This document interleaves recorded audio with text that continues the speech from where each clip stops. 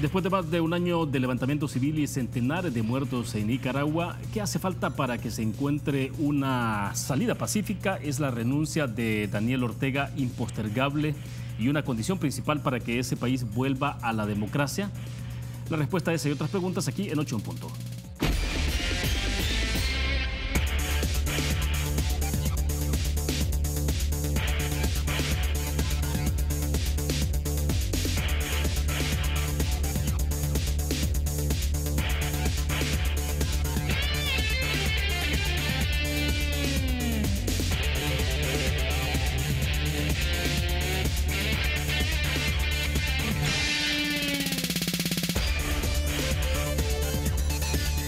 Buenas noches, bienvenidos a 8 en punto. Gracias por acompañarnos al cierre de la semana. Con nuestros invitados vamos a reflexionar sobre la crisis en Nicaragua, las sanciones internacionales y las implicaciones de la presencia de Irán y Rusia en ese país. Por eso queremos agradecer esta noche que nos acompaña en nuestros estudios Óscar Navarrete. Él es periodista de la prensa de Nicaragua y está con nosotros. ¿Qué tal, Óscar? Bienvenido, buenas noches. Un gusto. Buenas noches, gracias, muchas gracias. Y entonces, a propósito en el país de un evento que ha organizado Movimiento Libertad, ¿no? Esta semana. Sí, exactamente. Trajimos una exposición fotográfica y una visita a varios medios de comunicación, programas de acá del pueblo salvadoreño, donde estamos tratando de sensibilizar a través de esta exposición todo lo que está ocurriendo al país de Nicaragua. Bueno, perfecto. Lo vamos a hablar un poquito más al detalle más adelante. Esta noche también agradecemos que está con nosotros Álvaro Sevilla. Él es de la Asociación de Amistad de Nicaragua y Estados Unidos. Álvaro, bienvenido. Buenas noches. Buenas noches, William. Muchas gracias por invitarnos una vez más a participar en tu programa y poder informar, denunciar ante el pueblo salvadoreño la tragedia que está viviendo el pueblo de Nicaragua, víctima de un dictador genocida. Bueno, varios temas para la reflexión. Me gustaría entonces, Óscar, iniciar contigo un poco, saber qué es lo que está pasando en este momento en la actualidad en Nicaragua, el impacto de las sanciones, decíamos antes de comenzar la entrevista, de las sanciones que ha impuesto Estados Unidos a diferentes funcionarios de la administración del gobierno de Daniel Ortega, el caso de Laureano, el hijo de Daniel Ortega, que ha sido también sancionado. Algunos dicen que es Laureano uno de los principales financistas, pero ahí es prácticamente un grupo empresarial económico el que está alrededor de Daniel y de sus hijos, ¿no? Pero ¿qué es lo que está pasando en este momento entonces en términos de las sanciones, Óscar? Bueno, las sanciones le están haciendo mucho daño al régimen. Recientemente, hoy 8 días que se celebró el 40 aniversario de la Revolución Popular Sandinista, Ortega dio un discurso muy furibundo a sus masas o a su militancia, diciendo que no iba a haber diálogo, que no tenía que, porque ya le puso una cruz, como decimos popularmente, al diálogo, y habló de las sanciones diciendo de que las sanciones estaban dañando al Estado de Nicaragua. Eso es falso porque las sanciones, o sea, la economía nicaragüense no está siendo dañada por ninguna de las sanciones. Las sanciones vienen de forma institucional y personal, que es lo que se ha estado haciendo. ¿Y eso lo hace diferente de otro tipo de sanciones del pasado? Es decir, en términos de no generar esa afectación directa sobre la población. Sí, claro, porque, por ejemplo, en los años 80, cuando ellos gobernaban, sí había un bloqueo económico muy severo y se sintió. Pero en este momento no, lo que sí hay, más bien es al revés. Ortega lo que está haciendo gobernando a través de decretos, a través de plomo, y se volvió, como en la antigua Roma, un gobierno muy recaudador. Ahorita le clavó con una reforma tributaria el 35% a todo lo que es insumos agrícolas. O sea, la economía, la producción agrícola se está viendo seriamente afectada y a finales de este año es donde se van a ver los resultados. O sea, eso sí tendrá un efecto directo entonces en la producción agrícola. Sí, claro. O sea, por lo tanto, hay menos producción, el precio de los productos. La comida va a escasear, se va a poner más cara, obviamente, porque los productores no tienen cómo enfrentar estos nuevos impuestos. Ahora, ¿cuál es la condición de la prensa en este momento, en el caso particular de Diario La Prensa? El Diario La Prensa... Sabíamos de restricciones que estaba sufriendo también por parte del gobierno, ¿no? Sí, el Diario La Prensa es el periódico más antiguo de Nicaragua, con 93 años de existencia. Entonces, el régimen lo que está haciendo, ya tenemos 48 semanas de un bloqueo aduanero, donde no se le permite, hay más de $500,000 en compra en equipos que son insumos, papel bobina, tinta y otros repuestos, y ya para el mes de octubre ya se va a cumplir un año de tener esa sanción. El diario La Prensa está al día con sus impuestos, pero esta es una forma del régimen de Ortega de atacar a la prensa independiente. La prensa independiente incomoda mucho al régimen. Sí, pero vaya, ¿algunos medios, unos más que otros, sufren las consecuencias o esto es generalizado o es en la medida, obviamente, en la medida en que cada medio tiene su fuerza y su impacto? Porque vimos el caso del Confidencial y el caso de Carlos Fernando Chamorro, ¿no? Está residiendo ahora justamente en Costa Rica ante la situación que ha sufrido. Exacto, y su canal, por ejemplo, sus programas de televisión, su oficina de lo que es todo el conjunto informativo, porque está la revista Confidencial, están dos programas que se llaman Esta Noche, Esta Semana, la revista New, todo eso está secuestrado por el régimen. Secuestraron el edificio, metieron a la policía, igualmente le sucedió a Miguel Mora, al periodista Miguel Mora y Lucía Pineda, que también cumplieron 6 meses de cárcel y su medio aún no han sido devueltos, continúa secuestrado aún por la dictadura. Bueno, perfecto. Álvaro, entonces, ¿cómo ir analizando un poco esto? ¿Qué es lo que está pasando con el tema del impacto de las sanciones? Digamos, y justamente, ya lo decía también Oscar, ¿no? Estaban celebrando ahí Daniel Ortega el aniversario de la Revolución Sandinista. No vimos la cantidad de funcionarios, de gente de alto nivel que en otros momentos han participado en esas actividades, sobre todo presidentes de otros países, ¿no? Que era habitual en el pasado. Pero, ¿eso supone alguna señal de debilitamiento o simplemente es una cuestión muy circunstancial? Evidentemente la dictadura familiar de Daniel Ortega y Rosario Murillo está ejerciendo todos los poderes de dictadura que pueden hacer. Uno de ellos es la muestra del bloqueo económico que le realizan al diario La Prensa por simplemente ejercer el derecho primario del ser humano, que es tener libertad de prensa.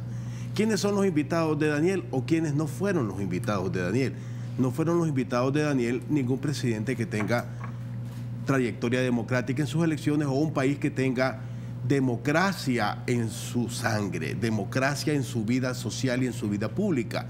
Fueron personajes de segunda, fueron personajes de tercera, inclusive el señor Mauricio Funes, prófugo, se tomó unos selfies de que estaba asistiendo a lo que es el 19 de julio. El 19 de julio de hace 40 años no es este mismo 19 de julio que pretende la dictadura. Este 19 de julio que ustedes presenciaron fue con empleados públicos fieles, bajo salario, bajo presión de despido, en los cuales, ¿verdad?, el señor Navarrete, al cual le expreso mi admiración por el trabajo de periodista gráfico que realiza en medio de la represión bárbara que existe en Nicaragua, donde nos cuenta, por mismo y por lo que observamos en las noticias, detienen a los periodistas que ejercen su derecho, presionan a sus familiares.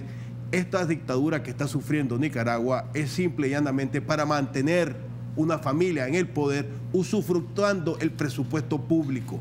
Porque estos señores, a pesar de todo lo que han canalizado a su familia, como es los 3.5 mil millones de dólares de petróleo venezolano que está a su nombre, estos señores simplemente odian la democracia. ¿Qué es lo que nosotros tenemos con la represión actual que hay en Nicaragua? Es la reacción de las sociedades democráticas del mundo. Nicaragua se está encaminando al mismo estadio en que está Venezuela. El problema que tiene Nicaragua actualmente es que sus políticos autorizados por el gobierno están negociando con el gobierno bajo de agua por las prebendas públicas que estos reciben, que es el caso del señor Arnoldo Alemán, que se ha posesionado del Partido Liberal Constitucionalista. Ahora, ¿continúa Arnoldo Alemán teniendo el nivel de incidencia del pasado? Hay un pacto dentro de esto. Hay un pacto político que todavía Arnoldo ejerce la Contraloría General de la República a través de su hija, la cual dice que en Nicaragua no hay corrupción.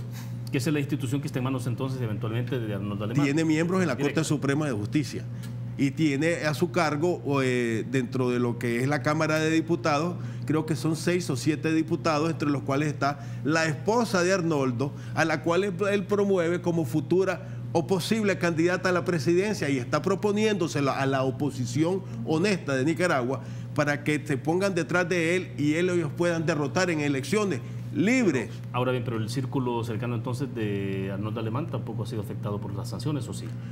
No hay nada de sanciones económicas por la ley Magnitsky hacia lo que es Arnoldo Alemán o hacia la familia de Arnoldo Alemán, que yo pienso que el gobierno norteamericano debería de aplicársela, porque son cómplices del genocidio que está ocurriendo en Nicaragua. Ahora bien, Óscar, ustedes están trabajando en cuáles son las condiciones, porque bueno, estamos viendo, ustedes tienen que regresar eventualmente a Nicaragua, ¿no? Pero otros periodistas han tenido que salir huyendo de Nicaragua. Entonces, ¿cuál es la condición? ¿De qué manera es que se está o está administrando, digamos, esa dosis de represión de alguna forma hacia los medios de comunicación, Daniel Ortega? Nosotros, el pan nuestro de cada día es la violencia. Nos queda otro camino que enfrentarla. Somos periodistas. Estamos viviendo la historia, pero también la estamos escribiendo. Creo que vamos a dar en el diario La Prensa hasta donde se pueda con lo que es la versión impresa, pero también la prensa está en formato digital. Igual vamos a seguir denunciando, vamos a seguir siendo la voz de los sin voz, y como periodista gráfico pues ya sabemos a lo que estamos expuestos y es lo que nos mueve, es nuestra pasión. Es decir, hay una amenaza permanente sobre el trabajo. Sí, siempre la hay. A mí, por ejemplo, la vez pasada en una manifestación, un militante sandinista me puso una 9 milímetros en la cabeza y continué trabajando. Tenía que seguir ahí trabajando. Entonces, dos colegas míos le robaron los equipos, lo vapulearon y le quitaron las cámaras. O sea, estamos expuestos a todo. Ya. Bueno, vamos a hacer una pausa. Sí, creo que es importante saber, explorar con ustedes también un poco si existe la posibilidad real o no de que Nicaragua entre en una situación de guerra civil, o eso simplemente, digamos, la experiencia del pasado es lo que lleva a segmentos importantes de la población de ese país a mantenerse un poco al margen de una situación como esa, o entonces, ¿por qué se mantiene el régimen de Daniel Ortega en el poder a estas alturas? Vamos a una pausa, volvemos.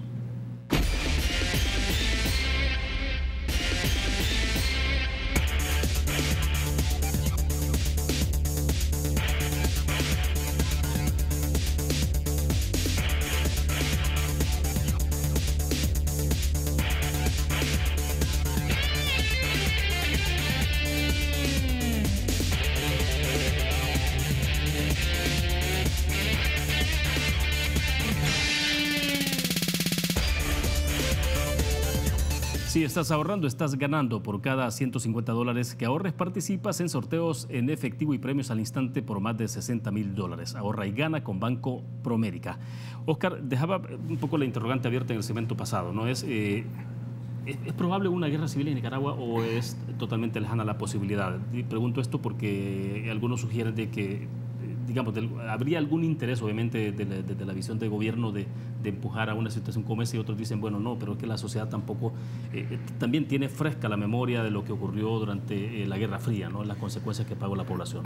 Claro, a Ortega, él se siente cómodo, se siente bien gobernando bajo violencia, él no se estresa.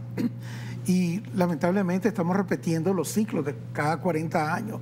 O sea, hace 40 años se derrotó una de las dictaduras más crueles de Latinoamérica, vinieron estos señores al poder y no pudieron derrotar al somocismo porque fueron la continuación del somocismo, una continuidad. Se están repitiendo porque hay violencia. Ortega tiene la policía a su servicio y el ejército, aparte que tiene subordinado todos los poderes del Estado. Allá es prácticamente un Estado policíaco, gobierna con plomo, no hay leyes, y la presión popular, la ira popular, eso podría responder un poco a tu pregunta. La gente está volviendo a retomar las calles. Si Ortega no se va del poder hasta el 2021, si no hay un adelanto de elecciones, creo que el pueblo va a volver a tomar nuevamente la iniciativa de salir a protestar cívicamente, a descompresionarse nuevamente como una olla de presión. Ortega a eso sí le teme, más las sanciones internacionales que están mortereando, bombardeando sus cimientos. Ahora bien, Álvaro, cuando uno lee información, un poco de análisis sobre lo que está ocurriendo en Nicaragua en este momento, la presencia del canciller o ministro de Relaciones Exteriores de Irán, justamente el fin de semana, ¿no? El domingo pasado, sí, pensé que el lunes había estado, pero fue el domingo que llegó, ¿no?, a Nicaragua. Entonces el canciller iraní se reunió con Daniel Ortega, justamente esa semana que había tenido una gira muy importante por América Latina, por 4 países de América Latina, Mike Pompeo, el secretario de Estado norteamericano, y que se encontraba justamente en nuestro país en reunión con Nayib Bukele. Entonces, ¿cómo se puede analizar todo esto? O sea, ¿será que entonces Ortega está buscando alguna forma en otras fuentes de financiamiento a través de... y utilizar esa lógica de el enemigo de mi amigo, o esa lógica que hay ahí, de utilizar entonces como, digamos, Irán son adversarios con Estados Unidos, entonces yo soy amigo de Irán porque Estados Unidos es mi enemigo? ¿Existirá un poco de esto también? Voy a referirme rápidamente. En Nicaragua lo que existe es una guerra civil de baja intensidad, en la cual el dueño de las armas está matando al pueblo. Si el pueblo tuviera armas, ya hubiera derrocado a Daniel Ortega. No existe una organización política detrás de la oposición nicaragüense actual que facilite armas a este pueblo. Por eso es que no hay una guerra civil declarada de la oposición hacia el poder constituido. ¿Qué es la visita del señor canciller de Irán? Bueno, ¿qué es Irán? Irán es una teocracia absoluta en la cual la adoración por el santo libro de los musulmanes se supedita a los gobernantes. ¿Qué es Irán? Es un país antidemocrático. Es un país que está aislado financieramente y aislado económicamente, en lo cual sus amigos los podemos mencionar: Cuba, Venezuela, Rusia, Corea del Norte, los cuales estos países hacen el club, diríamos, de las promociones de los gobiernos absolutistas en el mundo. Eso es lo que existe realmente. ¿Qué pretende Daniel Ortega? Es como lo dijo un titular del diario La Prensa. Están arriesgando $4.000 millones que se reciben a través de las instituciones financieras internacionales a las cuales Nicaragua está adscrita. ¿Por qué? ¿Por qué? Porque realmente los Estados Unidos van a reaccionar y entonces van a colocar no a Daniel Ortega bajo sanciones económicas, sino al país de la República de Nicaragua. Entonces, estas sanciones económicas hacia el país de la República de Nicaragua lo van a colocar en una situación financiera más desesperante todavía, porque no van a tener acceso a las líneas de crédito internacionales. Daniel Ortega se financia a través del BCIE. Daniel Ortega recibe dinero de la República de Taiwán, que le ayudaron a estabilizar su moneda. Sí. Hace 3, 4 meses Taiwán le dio $100 millones a Daniel Ortega. O sea, eso de alguna forma ha oxigenado la economía. Oxigena la economía porque le brinda estabilidad a Daniel para poder pagar insumos que el país necesita. Pero vamos a la visita de Irán. Es como quien dice, ¿qué quieren hacer con la visita de Irán a Nicaragua? Solamente Daniel sabrá, en su mente ofuscada que tiene de dictador genocida, querer que va a hacer preocuparse a los Estados Unidos de que el canciller de un país que no tiene presencia militar mundial haya visitado Nicaragua. Que haya visitado Nicaragua el ministro de Relaciones Exteriores de Rusia sí sería preocupante para los Estados Unidos. O sea, pero estamos hablando en todo caso es una especie de, como decimos nosotros en salvadoreños, como sombrerear entonces ahí con... ¿Querés sombrerear? Con Irán. Exactamente, pero realmente no provocas nada porque Irán no tiene el potencial. Ahorita actualmente Irán está ahogado en su estrecho de Hormuz. ¿Tampoco podría haber una fuente de financiamiento? Irán no tiene dinero para financiar, Irán no puede vender su petróleo a los principales países compradores, porque tiene un bloqueo económico el cual le impide a Irán utilizar los bancos, inclusive a los bancos chinos tiene prohibido hacer negocio con Irán si hacen negocio con los Estados Unidos. Inmediatamente los bancos chinos que hacen negocio con Irán, si tienen negocio con los Estados Unidos los bloquea. Entonces, Irán está ahogado financieramente. Sí. ¿Qué se puede convertir en Irán para Daniel Ortega? En una vía de escape. Si no se quiere ir a Cuba, se puede ir a ser musulmán allá bajo la teocracia iraní. ¿Qué es lo que le recomendaría? Bueno, estaba leyendo, por ejemplo, Infobae, justamente hoy publica un reportaje bastante extenso sobre esta situación y ellos dicen, Oscar, por ejemplo, que citan unas declaraciones del ex embajador de Nicaragua ante la OEA, Mauricio Díaz, donde él dice de que otra vez, dice, estamos siendo usados como conejillos de India de las potencias contemporáneas, y entonces hace referencia a la visita del canciller iraní que se produce en medio de esta disputa que mantiene la administración Trump con el mundo árabe, particularmente con Irán por el tema de enriquecimiento de uranio para fines atómicos. Entonces, ¿hay algún poco de esto en toda esa visita o no? Ortega lo que quiere es demostrarle a los Estados Unidos quiénes son sus amigos, quiénes son sus aliados. Y yo creo que no fue una casualidad que el día que el jefe del Departamento de Estado viene a El Salvador, ese mismo día reciben a su contraparte en Managua, que es el canciller de Irán. Lo mismo también se ha pavoneado con Vladimir Putin. Venezuela está quebrada. O sea, y yo creo que son también patadas de ahogado del régimen. No tiene dónde oxigenarse económicamente. Ahorita su canciller lo mandó anda en Qatar, anda en una gira por países árabes, buscando cómo buscar dinero para seguir sosteniéndose en el poder, porque él, del dinero que tiene, que desvió todo el dinero de la ayuda o de la cooperación venezolana, como ellos suelen llamar, ese dinero yo no creo que lo va a ocupar para mantener su guerra. Es su plata, la de su familia, y ese dinero es mucha. O sea, eso en todo caso es una economía familiar. Exactamente. Ortega tiene un piso de 280 mil millones de dólares. O sea, un piso, no el techo. Imagínense el techo. O sea, y esa plata tiene que ver dónde la va a ubicar también. Por eso, del lado de las sanciones, el Departamento del Tesoro, con la ley global Magnitsky, ellos están seriamente afectados, totalmente seriamente afectados. Ahorita hoy en la mañana removió a su ministra de Salud y la dejó en calidad de asesora.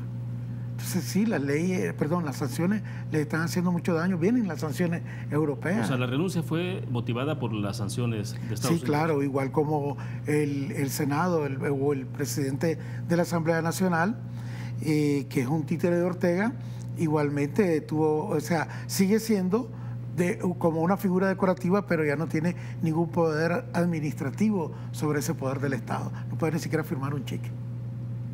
Ahora, estamos hablando en todo caso en este momento de cero independencia de los poderes. No, todos los poderes están subordinados a Ortega. Totalmente. Totalmente, y para variar el ejército y la policía, porque él es el jefe máximo. Ahora, pero el ejército no está participando activamente en las actividades de Hace calle, un par de días el general Avilés dijo de que no tenía los suficientes pretextos legales para ir a desarmar a los paramilitares. Entonces, o sea, y que esté sucediendo esto a la vista de ellos son parte del problema, no de la solución. Igual, y si es la policía es el principal apoyo militar donde Ortega se está protegiendo, a través de la Dirección de Operaciones Especiales, que es la fuerza élite de la policía, y la Policía Nacional, que funciona como Guardia Nacional. Y toda la estructura de grupos paramilitares o escuadrones. Ese es ya su ejército civil que él tiene, que son sus fuerzas de choque, donde están los elementos de la Juventud Sandinista y los paramilitares. Bueno, perfecto. Vamos a hacer otra pausa comercial. Volvemos.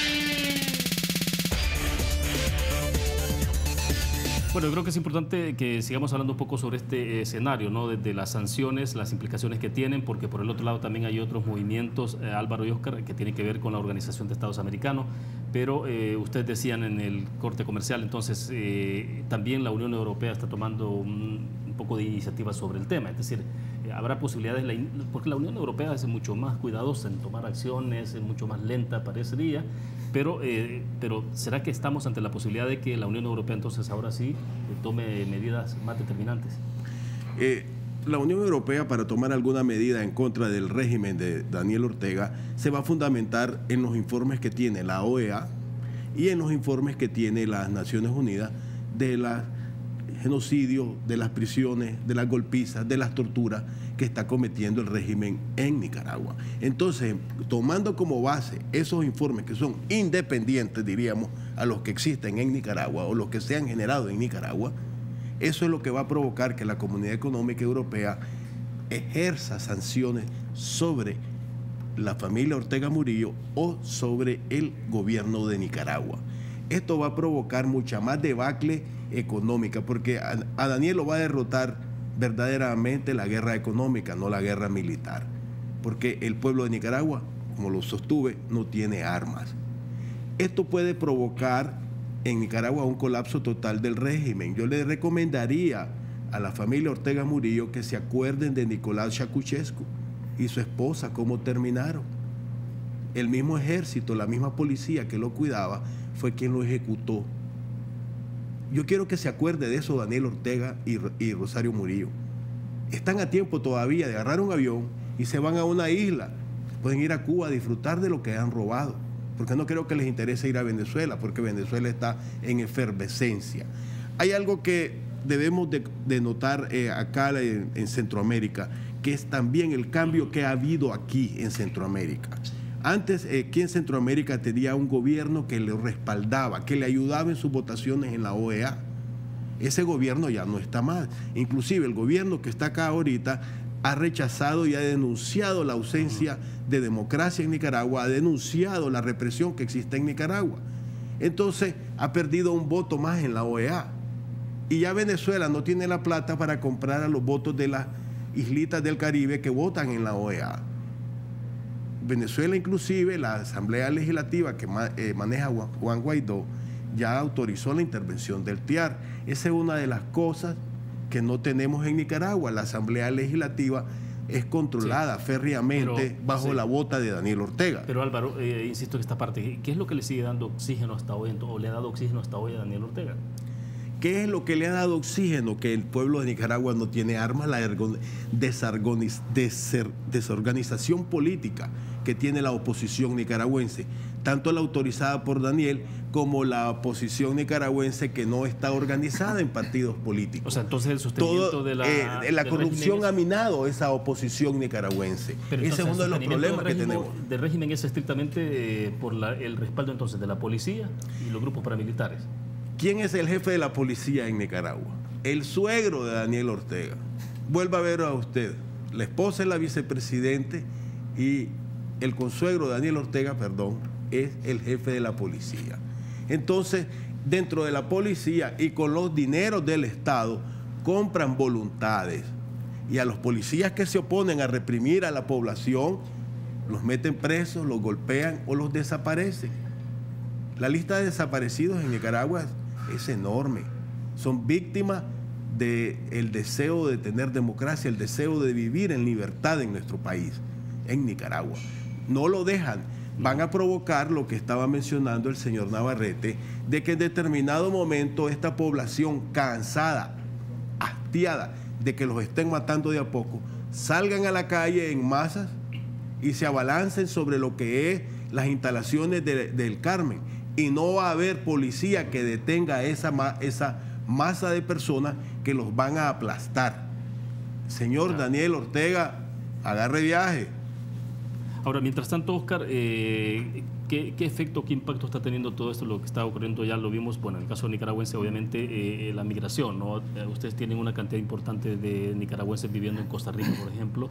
No es el caso de hacia Honduras o El Salvador, pero sí hacia Costa Rica. En la medida en que la situación se pueda poner más crítica, ¿podría tener esto más efectos sobre Claro que sí, la ola migratoria puede expandirse a toda el área. Solo en Costa Rica tenemos 60.000 nicaragüenses. 600.000. No, 60.000. ¿De esta oleada? Sí, de esta oleada a partir de la situación de crisis. Sí, y muchos nicaragüenses también están tomando rumbo a Panamá, pocos acá en El Salvador, Honduras, hay en Guatemala y también en Europa. Algunos han logrado llegar a los Estados Unidos.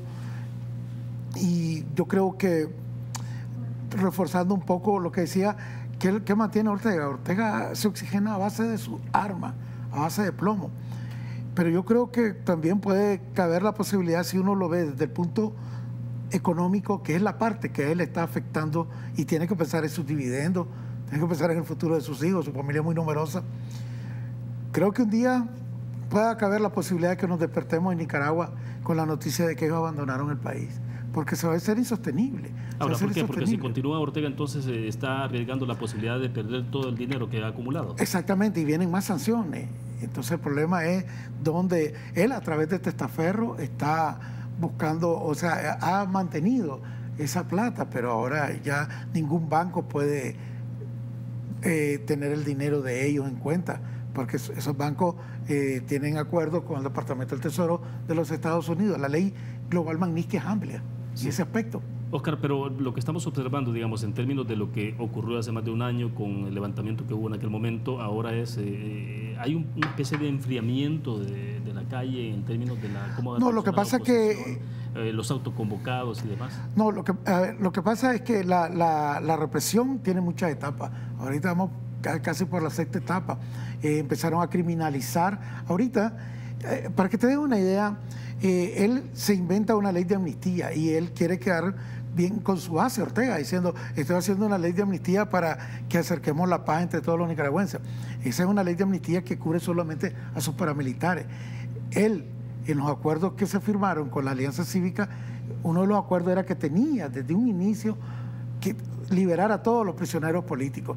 Y actualmente hay 109 prisioneros políticos y los encarcelados reciben asedio, reciben constantemente citas policiales o allanamientos.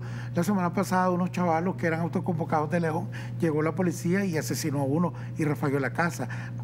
El día de antier, el miércoles, se cumplía un año de una estudiante brasileña que estudiaba en la Universidad Americana, claro, Juan, y como una bofetada al dolor de su familia, liberaron ese día al tipo que la asesinó, que era un ex teniente del ejército. Entonces te das cuenta de que Ortega está solamente cubriendo a los suyos. Los autoconvocados, ayer hubo una marcha, están empezando a tomar las calles, ya todos los líderes estudiantiles, los líderes campesinos, porque el sector campesino es muy fuerte, y la ciudadanía estamos retrocediendo como al inicio. Se está perdiendo el miedo, se está retomando las calles y bueno, eso puede también tener un resultado muy explosivo. Ahora bien, entonces la amnistía se está haciendo la lectura como el sinónimo de impunidad en este momento, entonces. Está garantizando la impunidad. Exactamente, para los suyos. Por ejemplo, Naciones Unidas establece parámetros mínimos de cómo debe diseñarse y aplicarse una ley de amnistía, ¿no? Pasa por una cantidad de criterios, incluso aquí hay un poco de discusión que tiene que ver con amnistía, pero sobre el pasado conflicto armado en el país. Pero el diseño de esta ley de amnistía es exclusivamente para protegerse. Ortega lo que pretendía, y se lo planteó a la Alianza Cívica, ok, señores, que cada quien llore a sus muertos, hagamos una ley de amnistía, que hagamos borrón y cuenta nueva y partimos de cero. La Alianza Cívica obviamente se opuso a esa ley de amnistía, entonces él la hizo a su gusto y antojo, ya casi 2 semanas para que saliera o se venciera el plazo de la liberación de los prisioneros políticos, mandó el anteproyecto y al día siguiente ya todos sus borregos en la asamblea votaron por la ley y así se hizo. Bueno, tengo que hacer la última pausa comercial. Cuando regresemos hablemos un poco ya de salidas concretas. ¿Qué es lo que puede viabilizar una salida que sea una transición pacífica en Nicaragua? Vamos a la pausa.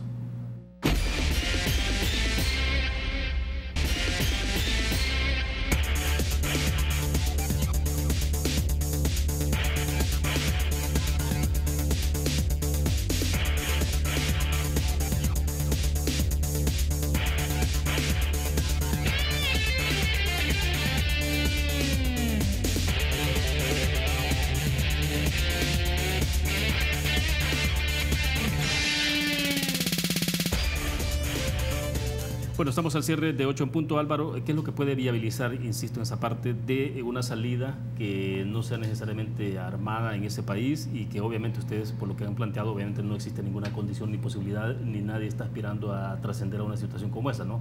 Tampoco habrían las condiciones, pero entonces, ¿qué es lo que le puede dar viabilidad a una salida que implique justamente que sea una transición pacífica a esto?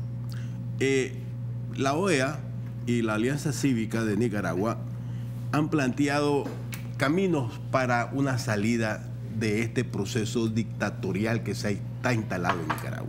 Este proceso dictatorial pasa primero que el Tribunal Supremo Electoral sea libre e independiente, no sirviente de Daniel Ortega, que la Corte Suprema de Justicia sea libre e independiente, no sirviente de Daniel Ortega. ¿Pero qué se hace antes? Entonces lo que han planteado es primero un nuevo Tribunal Supremo Electoral.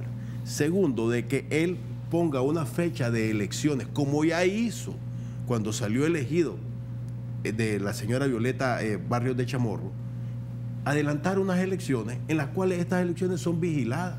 Estas elecciones son con un Tribunal Supremo Electoral honesto, constituido tanto por nicaragüenses como por supervisión internacional, en la cual tengamos confianza los nicaragüenses de volver a ir a votar.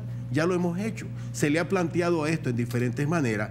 Al comienzo de la insurrección de abril, él la comenzó a aceptar, pero obviamente su propia familia le bloqueó, le negó esta oportunidad. El deseo de tanto la señora de él de continuar en el poder, las ambiciones personales, estimados televidentes, de la familia Ortega son visibles acá. Sí, Álvaro, pero en tema de cómo generar esa independencia de los poderes, darle institucionalidad a Nicaragua, entonces tiene que salir antes Daniel Ortega, o Daniel Ortega podría... Daniel Ortega puede dirigir ese cambio. Él lo puede, si es el que tiene el poder. Él tiene el poder absoluto en Nicaragua de poder ejercer esta acción, de poder transformar ese destino trágico que está visible, cercano para él, para su familia, para el pueblo de Nicaragua. Él puede decir, ok, vamos a hacer una reforma al Tribunal Supremo Electoral, vamos a elegir nuevos miembros, vamos a permitir... Pero hay que garantizarle una salida a él también. Es decir, que él querrá protegerse. Él tiene la ley de amnistía, él se puede acoger a ella, si ya tiene la ley.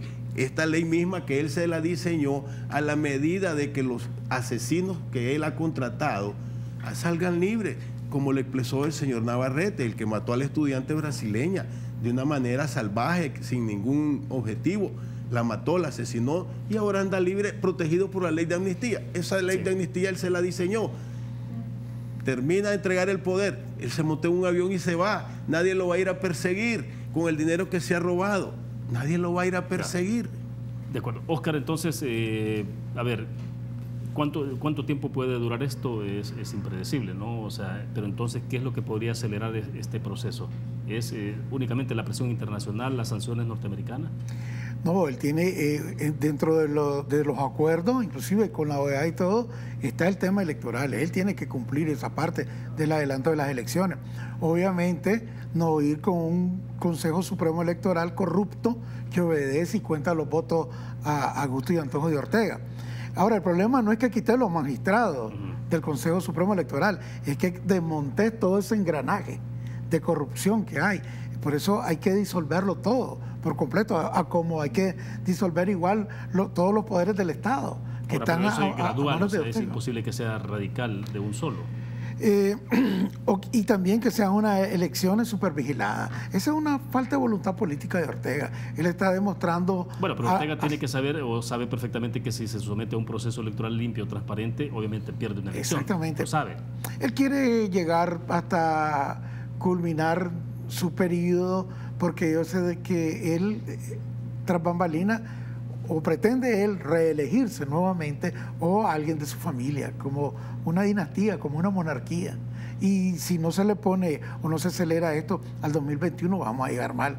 Fíjate que hace como 2 semanas salió en la prensa de que se han cerrado 400.000 créditos para un país de 6 millones, imagínate, un incremento de 37% al sector agrícola. Se está, al final Ortega, por lo que se generó esto, que fue por aumentar a las cotizaciones al INSS, las aumentó, hizo una ley de reforma tributaria, se está hablando de que el IVA lo quieren subir, se especula del 15 al 20%, o sea, él no haya de dónde sacar dinero y nos está exprimiendo con plomo y también por el lado económico, ¿me entiendes? Con impuestos nuevos. Ahora, pero es insostenible, es decir, veíamos en Nicaragua, por ejemplo, una economía muy floreciente. La economía va en declive. Los bancos, para que te des una idea, la banca privada ya se está comiendo sus utilidades. O sea, no sé, sería un cierre catastrófico el cierre de este año y soportar otro año más sería insostenible. Sinceramente, esa es parte de las actitudes que el COSEP tiene que observar, las que tú acabas de señalar, y el COSEP no está haciendo su accionar como dirigente de la empresa privada en Nicaragua. ¿Cuál es el papel actualmente entonces del sector empresarial? Porque ha ido cambiando en el tiempo, El ¿no? COSEP que está ahorita ha tomado una actitud de respaldo, diríamos, inicial a lo que realiza la Alianza Cívica, Sí. pero realmente no toma la voz cantante que debe de tomar. El COSEP está dejando pasar la tormenta, pero la tormenta, como lo acaba de señalar él, les está comiendo las utilidades a las empresas nicaragüenses. Por eso, pero eso sí y lo no hace solo a las reaccionar. empresas nicaragüenses, a las inversiones extranjeras de muchos salvadoreños que están allá, que confiaron en la estabilidad de Nicaragua y que actualmente están viendo cómo sus utilidades están desapareciendo y están despidiendo personas.